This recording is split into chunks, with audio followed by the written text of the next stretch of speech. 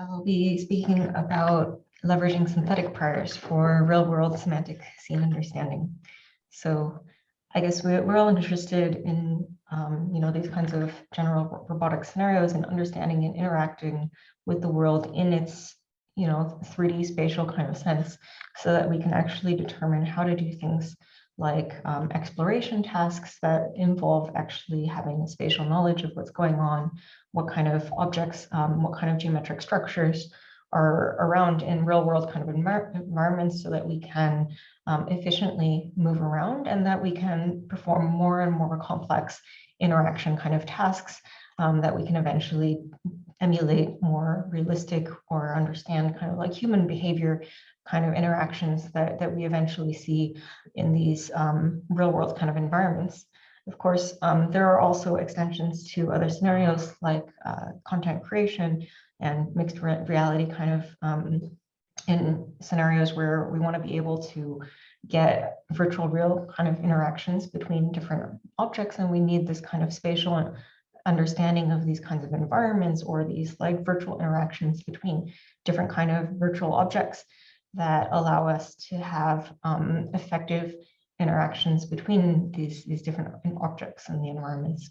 So I want to talk today about how we can best leverage certain kinds of data, because of course data for 3D understanding, for this kind of spatially grounded geometric understanding and machine learning, of course we know data is paramount to many different modern machine learning techniques these days, and data in 3D is limited.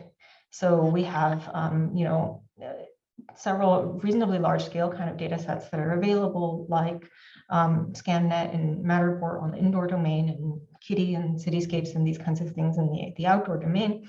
But we also have what's potentially interesting to be leveraged as data sets of synthetic objects that have been created by people to model different kinds of objects that we do see in the real world. And they are by nature complete observations of the objects, unlike many of these real world observations that we capture through views. And so the views are often not fully complete. So you end up with incomplete geometric observations actually in real world scenarios, whereas you have a complete object in a synthetic kind of model. And we have basically all of the extra kind of semantic information embedded in this notion of like the database. So potentially information about textures, about material properties, or parts and the like that come along with the synthetic nature of the object. So one way we can sort of leverage these kinds of synthetic objects as priors directly is to basically consider this problem here. We want to be able to understand real world imagery, like this image where we as people, we take a look and see the different objects in the scene, and we understand their geometric structures, despite seeing only this one single view of the image. And so how can we leverage this synthetic data? We can try an approach that is retrieval based. So we have a database of furniture-like objects in this database here, and we can try to retrieve the most similar representative object and align it into the image observation in order to represent all of the geometric structures. So here we can take advantage directly of the fact that these kinds of synthetic objects are complete and compact. They're relatively lightweight, and they're typically mesh-based representations that are well suited for downstream kind of 3D applications. So how can we go about understanding this gap between like these 2D observations and the 3D CAD priors? So here we have this approach where we're building on state-of-the-art 2D understanding, which is been developed to a degree that performs remarkably well in terms of understanding the 2D nature of objects and images. So we can get bounding box detections of objects and also their instance masks to a pretty accurate degree, and build directly on top of this in an end-to-end learning fashion to basically embed these feature characteristics of these 2D observations of objects from RGB imagery, and their corresponding 3D CAD model priors that are geometry based. And so we have basically rendered views of these particular objects that we can represent. We want to learn a shared embedding space between these two different domains so that when we look up an object from one, we can find similarly structured objects regardless of the domain of the objects, whether they're coming from real observations or from these CAD models. So that allows us to perform retrieval at test time by looking up nearest neighbors into this shared embedding space. And we can also regress the pose alignment of the object such that it aligns to the image in order to get basically this object-based representation of the images that we see here with their geometric structures. So more concretely, what this involves is basically estimating the object detection and instance segmentation from an image. So here we have an example for a bed where we detect the mask in the region of interest, and we can use that to compute the features representation for the image observation of this bed. And we compute also an analogous feature representation of the CAD priors. We use rendered versions of these 3D objects so that we can bridge this domain gap a little bit in terms of different representations here. So the CAD models are renderings of the CAD models are also being embedded with an analogously constructed encoder, and then we can construct the embedding space such that matching objects lie close together and non-matching objects lie far away with a contrastive loss here. In terms of the pose, we have basically the pose regression. So here we have the contrastive loss that basically says that the objects that match the ones in the images should be close together. Anything that doesn't match should be far away. We also have a pose regression here in terms of the orientation of the object, and this is basically performed as a quaternion classification plus a refinement of the quaternions and the actual object center, which is estimated as an offset in terms of the detected bounding box in the 2D domain. So that gives us basically the shape of the object based on the retrieval, as well as its alignment based on this regression of pose and center. And so we can use this as a reconstruction kind of approach to represent the 3D nature of all of the objects that are being observed in the image. So we can measure this with a reconstruction metric here, this AP mesh metric that was proposed by Mesh RCNN for this task of estimating 3D shape structures of the objects and images. And so here on the Pix3D data set, we have actually a more accurate reconstruction under, in particular, the more constrained evaluation scenario of AP75 and AP than the Mesh RCNN approach, which is a purely generative approach to estimate the geometry of all of the shapes. So you can see the qualitative comparison here in terms of the retrieved and aligned objects, as well as the generated shapes from Mesh RCN and the ground truth on the right-hand side.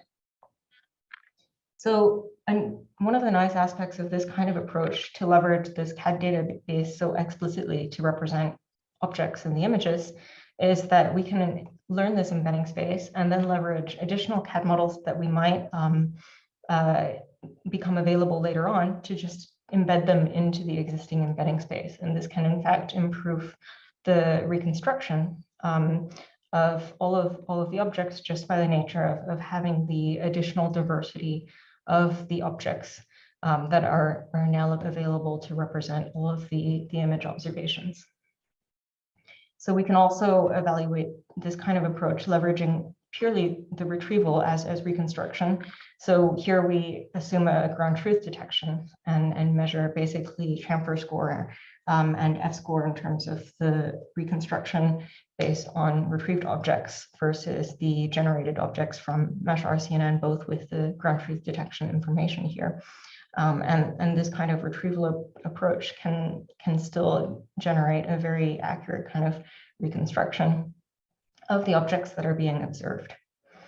And you can see an example of this kind of embedding space that's being constructed here, where we have similar geometric structures getting clustered together. This is for the tables category. So you see a bunch of different types of tables where round tables end up clustered together in one location versus rectangular tables versus different kinds of desk-shaped kind of tables get clustered in a different space. So there's learning about different kinds of shared geometric structures, regardless of the source domain of the image observation or the CAD model that's occurring here, that allows us to perform an effective retrieval.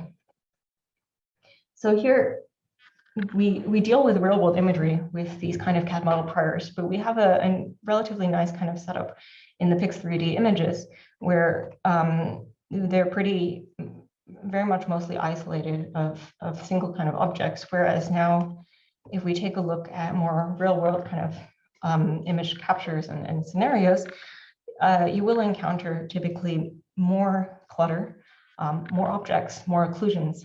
So how can we leverage this kind of approach to handle this complex nature of real world kind of images? And of course, the practical scenario in terms of the CAD database, we don't have exact geometric alignments of CAD models in practice to anything that you might encounter in terms of real world observations. So in this scenario, we're taking a look at mid-level shape characteristics. So instead of trying to map an entire observation of an object into a feature embedding space, we now map their individual patches, different regions on the objects, so that we can estimate different kind of local correspondences between these objects. And we can then become more robust to things like occlusions of certain regions of objects, as well as more robust to the fact that there may not be a perfect exact match. So then we can have these local patches vote for the best matching particular representative of CAD object that can be used to reconstruct that particular object that's being seen in the image.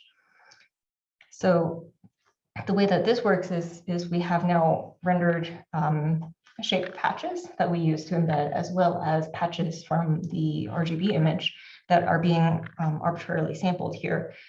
So the way that we estimate similarity between these, because we don't have a reliable set of ground truth anymore with one-to-one matches of what actually matches, because if you think of like a four-legged chair, each of the legs are geometrically similar to each other, and we don't want to say that they should be arbitrarily different because they didn't perfectly align in that kind of scenario. So we estimate similarity based on the local normal similarity of the regions of these different kind of patches. And so we use this as supervision for a contrastive embedding space that we can retrieve k nearest neighbor patches of objects at test time in order to then perform a majority vote for the final retrieved object. So this written out is basically this embedding space as a contrastive loss where we have A being the anchor patches, the query patches, and P and N are representing positive and negative based on normal similarities between the patches. We have in this case multiple positives for each query. So we have this ratio of C that balances the positives versus the negatives. And so then at test time, we retrieve nearest neighbors for every patch, and we can perform the majority vote over all of these nearest neighbors in order to get the most representative CAD model, this output here. So we perform reconstruction here on ScanNet imagery, which is basically a bunch of real world indoor scene kind of scenarios. And this is in comparison to the previous approach, which was on the shape basis without any understanding of like local patch or local normal similarity. So here, this is a more accurate reconstruction that we can obtain in terms of Mesh AP. And you can see visually what this looks like here in terms of the estimates of the shapes to the images. And what you find with this particular patch-based kind of approach, you end up with a lot more structural consistency in terms of the objects that are being retrieved to represent the objects that are being seen, especially in this like scenario where you have a bunch of chairs. You see that in the original shape approach, you know, in the database, there wasn't a fully perfect match to this particular chair. So there are a bunch of different kinds of chairs that are being retrieved versus in this patch-based approach, we have much more structurally similar chairs that are being retrieved here. And then, of course, in regions that are a bit more challenging, like this bottom row, where we have a sofa being partially occluded by a table, we can actually get a proper sofa to represent that particular object, as well as the table here. So Total 3D is also a generative approach that does this object by object to generate the object structures and layout estimates. So what's also kind of interesting to take a look at here is analyzing what this embedding space allows us with this kind of patch-based representation. We have a visualization here of the top 8 nearest neighbors that are being retrieved from the embedding space when we use this patch-based representation and from the original Masticad shape-based version. So when we have this query object here in terms of this couch, the top 8 nearest neighbors are all very structurally similar in terms of this type of couch that's being retrieved. Whereas with the Masticad approach, you see that the top 1 nearest neighbor is definitely close, but the rest are having different kind of variations, like an L shape here and there, that are not necessarily nearly as similar in this fashion. So we end up with a more robust kind of representation when we take a look at these local geometric correspondences. And similar here in terms of this kind of desk table, where we actually can acquire very structurally kind of similar nearest neighbors in this feature embedding space that are more difficult to achieve with just the pure shape single retrieval scenario. So we can also take a look at this in terms of shape reconstruction. So here we have basically ground truth detection scenario where our approach in the orange here can achieve a higher F score in terms of just the shape reconstruction based on these retrieval approaches and also in comparison to the generative approach of the Total 3D understanding. And we have here also this shape retrieval recall versus the number of top K here. So our approach in orange is capable to more accurately recall the ground truth annotated shape here with more and more neighbors as well. So this gives us a nice basis in terms of operating on object-based understanding, 3D object-based understanding from just images. But of course, here we're focusing very much on the object retrieval and representation here, whereas we also can take a look at the representation of how to leverage part priors for something that is not limited just to retrieval, but also we can learn to adapt potentially learned part priors into a more accurate kind of estimation. So here we're leveraging synthetic priors for 3D scene understanding when given a partial 3D scan. We want to be able to understand the different objects and their part compositions in this scan. So here, based on this partial observation from an RGBD observation here, we want to be able to estimate all of the geometric parts, regardless of whether they were being observed in the original scan or not, and understand the objects being decomposed in this fashion. So here we want to leverage part knowledge that we have available in synthetic databases. So this is from PartNet, and they have a couple of different furniture categories that we focus on here in this indoor RGBD scanning scenario. And we leverage the synthetic parts in order to estimate strong geometric part priors. So here you can see a visualization of the part priors that are estimated as basically clustering of the part geometries in the synthetic database. And so we leverage these in order to actually learn the part decomposition that best fits to the real world scenario by using these as a weighted sum So what this looks like is from object detection in an RGBD scan.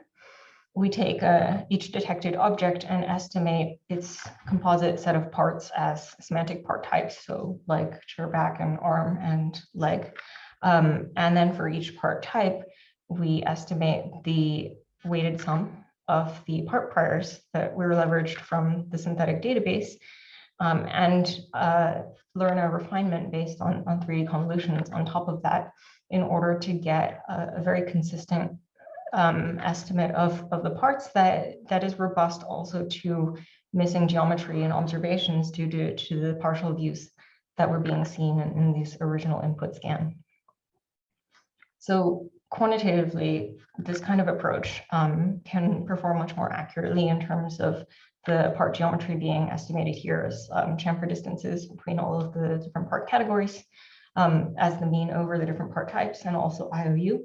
So what this looks like, visually speaking, here is missing the labels on this particular image, sorry. We have the input scan on the left, and we have the state-of-the-art approaches based on instance segmentation from point group and from StructureNet in the two middle columns. And then we have our approach to estimate basically the geometry based on these geometric part priors that lets us produce a much more consistent and coherent part-based understanding of the objects. So can we extend this maybe a little bit further in terms of full-scale reconstruction and leverage these kinds of synthetic priors in this kind of synthetic parts and then refinement? So here, of course, we want to be able to transfer over certain characteristics between synthetic scenes and real scenes where we have a little bit of noise in the real world scenes, a lot of holes due to different occlusions that exist during these kind of partial view-based observations. So how do we design an approach that effectively leverages these kinds of synthetic priors here? Well, in the typical kind of reconstruction task, we have the input observation as X we want to perform to a reconstruction. So for example, we have the scenario of a sparse point cloud that we want to reconstruct to a surface, or a low resolution kind of surface that we want to reconstruct to the high level representation. And so here, the standard kind of setup, we use some kind of supervised training approach. There's a bunch of examples from input and output that are basically being embedded into the weights of a neural network in this case that learns the reconstruction task. But then at test time, we just drop all of this training information out and use just purely the reconstruction weights to infer what's the output then. So we wanted to more explicitly encode these kinds of priors that they're not totally dropped out from train time, and we can actually leverage them at test time. So we perform this kind of scene reconstruction, this learned scene reconstruction with a database in the loop. So here you have this kind of reconstruction scenario that we had set up. Of course, there's a couple of problems in terms of over smoothing, as well as inconsistent global structures here. From just this difficulty in embedding all of this kind of information purely into learned network weights. So we want to take this database of train geometry, and we consider it as a database of train chunks just by arbitrarily chunking up the geometry here. And we want to leverage this at test time and inference so that we can better reconstruct this approach by retrieving train set geometry and then refining it. So here we have our reconstruction estimate from just the pure retrieval scenario. And so this setup here is basically also an embedding space where we set up the input spatial features should correlate with corresponding database chunks so that we can perform retrieval similar as we've done with the previous kind of retrieval. And so these perform different K-nearest-neighbor approximations, but of course, here we're doing this chunk-based, so you see there is a bit of inconsistency in terms of the chunks meshing together. And then we intend to basically perform this retrieval on a chunk by chunk basis with this contrastive embedding space. And so this basically allows us to go through chunk by chunk and retrieve through the database here in order to get the final KNN neighbors. So we take all these KNN neighbors for every chunk here, and then we use them in order to refine the approach to produce a more consistent output with respect to the input geometry. So here we have the input observation, the k-nearest neighbor retrievals. And then we want to basically take all of this information and estimate a refined approach that takes into account the relatively clean, consistent kind of geometry you get from chunk retrieval, but adapting it to be more representative of the input observations. So here we basically perform an attention blending on top of the retrieval in order to refine the geometry. So here you can see the different attention maps over the patches of the different k-nearest neighbor retrieved geometric chunks. And then we blend them all together in order to get the final output reconstruction. So you can see what this looks like in comparison to several purely generative approaches in terms of both volumetric approaches, sparse volumetric approaches, as well as implicit representations. So this particular approach leverages a pretty strong kind of prior in terms of geometric structures that allow us to get a more appropriate reconstruction of all of the different objects and their distinct object entities. So here's another scene here that you can see in terms of this like table and the chairs. We're able to reconstruct geometry that has less bleeding between the different local characteristics of all of the objects here.